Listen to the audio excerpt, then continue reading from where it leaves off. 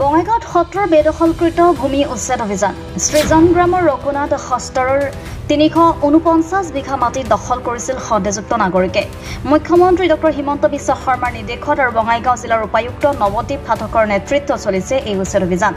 ২৯টা পৰিয়ালে বসবাস কৰিছিল সত্ৰৰ এই ভূমিত আজি উচ্ছেদ কৰি মুকলি কৰা হয় এই ভূমি উচ্ছেদস্থলীত বৃহৎ নিৰাপত্তা ৰক্ষীৰ দল মোতায়েন এই মাটিখিনি সত্ৰক দান দিছিল গৌৰীপুৰ ৰজাই আজি বঙাইগাঁও জিলাৰ শ্ৰীৰংগাম আমগুৰি সত্ৰত অৱস্থিত শ্ৰী শ্ৰী ৰঘুনাথ বিগ্ৰহ মন্দিৰ সত্ৰৰ গৌৰীপুৰ ৰজাই দান দিয়া ৩৪৯ বিঘা মাটি আজি ১৯৬২ চনৰ পৰাই আইনৈ গৰাখহনীয়াত মানে নদীত পৰিছিলে মাটিবিলাক তাৰপিছত ১৯৭০ চনৰ মানৰ পৰাই মাটিবিলাক তাৰমানে লাহে লাহে মানে চৰ হৈ আহিছিলে তাৰপিছৰ পৰা তেনেকৈ মানুহখিনি তাৰমানে আমি কিছু দখল কৰিছিলোঁ যদিও পুনৰ আৰু নদী আহিলে আমাৰ ১৯৮৮ চনত ৯৮ চনত নদী আহি সম্পূৰ্ণ আৰু হেৰি কৰি খোৱাই লৈ যায় তাৰপিছত ২০০৩ চনৰ পৰা এই মাটিবিলাক সম্পূৰ্ণভাৱে ওলাই যোৱাৰ পিছত আমাৰ মানুহখিনিয়ে বিশেষকৈ মন্দিৰ সত্ৰ পৰিচালনা সমিতিৰ মানুহখিনিয়ে আচলতে প্ৰত্যেক মাটিখিনি সম্পূৰ্ণভাৱে মানে ঘূৰি ফুৰি চাইছিলে তেতিয়া মিলাব নোৱাৰিলে তাৰপিছত আমাৰ বৰ্তমানৰ যি আমাৰ কি আছে আমাৰ ডিচি মহাশয়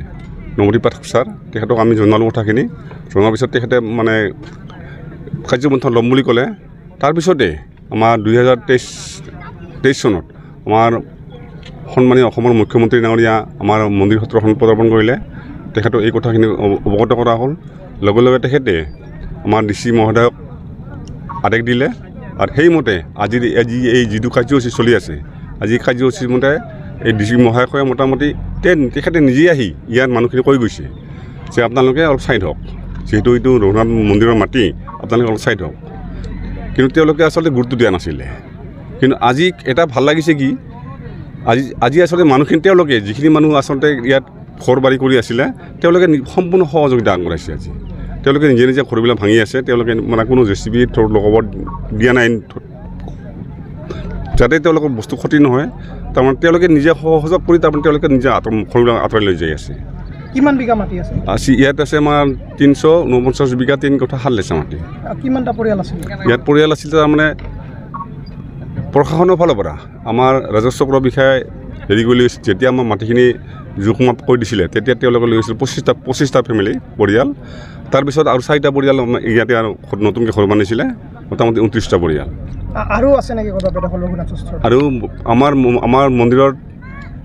বেদখল নাই আৰু এইখিনি আছিলে